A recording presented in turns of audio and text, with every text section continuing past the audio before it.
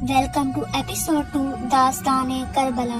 امام حسین علیہ السلام نے حج کو عمرہ میں تبدیل کر دیا اور مکہ سے بھی روانہ ہو گئے۔ بعض کے مطابق امام حسین علیہ السلام نے حج کو عمرہ میں اس لیے تبدیل کیا کیونکہ یزید کی طرف سے مکہ میں آپ کے قتل کا منصوبہ تھا۔ حسین علیہ السلام بیت اللہ کی حرمت کو پامال ہوتا ہوا نہیں دیکھنا چاہتے تھے، اس لیے آپ مکہ سے بھی روانہ ہو گئے۔ مکہ سے آپ نے کوفے جانا تھا لیکن آپ نہیں جا سکے۔ ایک مقام آیا جس کا نام شراف تھا۔ اس مقام میں امام حسین رکے، قافلے کو روکا اور قافلے والوں کو حکم دیا کہ پانی بھر لو، سب سیراب ہو جاؤ۔ وہاں کے کنویں کا پانی اچھا تھا، سب نے آگے کے سفر کے لیے بھی پانی بھر لیا۔ مزید آگے بڑھ رہے ہیں تو آپ کا سامنا مخالف فوج سے ہوا۔ آپ کا اپنی مخالف فوج سے یہ پہلا ٹکراؤ تھا۔ اس فوج کی تعداد کچھ روایات کہتی ہے 30,000 اور کم از کم 1,000 بھی ہو سکتی ہے۔ اس فوج کے لیڈر کا نام ہور تھا اور یزید کے آرڈرز پر آپ کا راستہ روکنے کے لیے آیا تھا۔ وہ آپ کو کوفے جانے سے روک رہا تھا اور ایک بڑا سپہ سالار تھا اپنی فوج کا۔ بعض کے مطابق یزید کی فوج کا سیکنڈ یا تھرڈ کمانڈر اس کے ہاتھ میں تھی اور دراصل امام حسین کا پیچھا کر رہا تھا۔ امام حسین کے لشکر کے پاس پہنچتے پہنچتے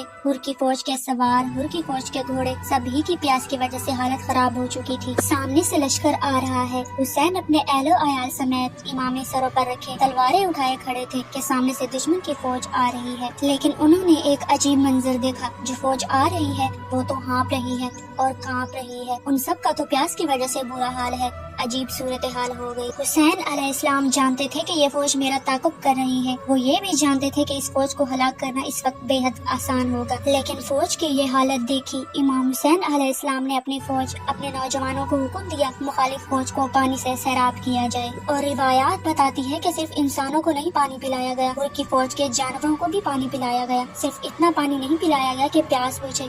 علماء بیان کرتے ہیں کہ جب ہر گھوڑا 3 4 5 مرتبہ پانی پی کر منہ اٹھا لیتا تھا تب دوسرے گھوڑے کو پانی پلایا جاتا تھا۔ اتنا سیراب کیا گیا یہاں تک کہ سب سیراب ہو گئے۔ ہور کا ایک ساتھی جن کا نام علی بن طعان تھا، وہ کہتے ہیں کہ میری حالت پیاس کی وجہ سے بہت غیر ہو چکی تھی اور میں سب سے آخر میں پہنچا تھا۔ امام حسین علیہ السلام میرے پاس خود آئے اور ایک جملہ عربی میں کہا، راویہ کو بٹھا لو۔ وہ کہنے لگے میری زبان میں راویہ مشق کو کہتے تھے۔ مجھے سمجھ نہیں آئی کہ کیا کہہ رہے ہیں حسین نے کہا کہ جمل کو بٹھا لو، یعنی اپنی سواری اونٹ کو بٹھا لو۔ سواری کو اس نے بٹھایا، آپ نے فرمایا اب پانی پی لو۔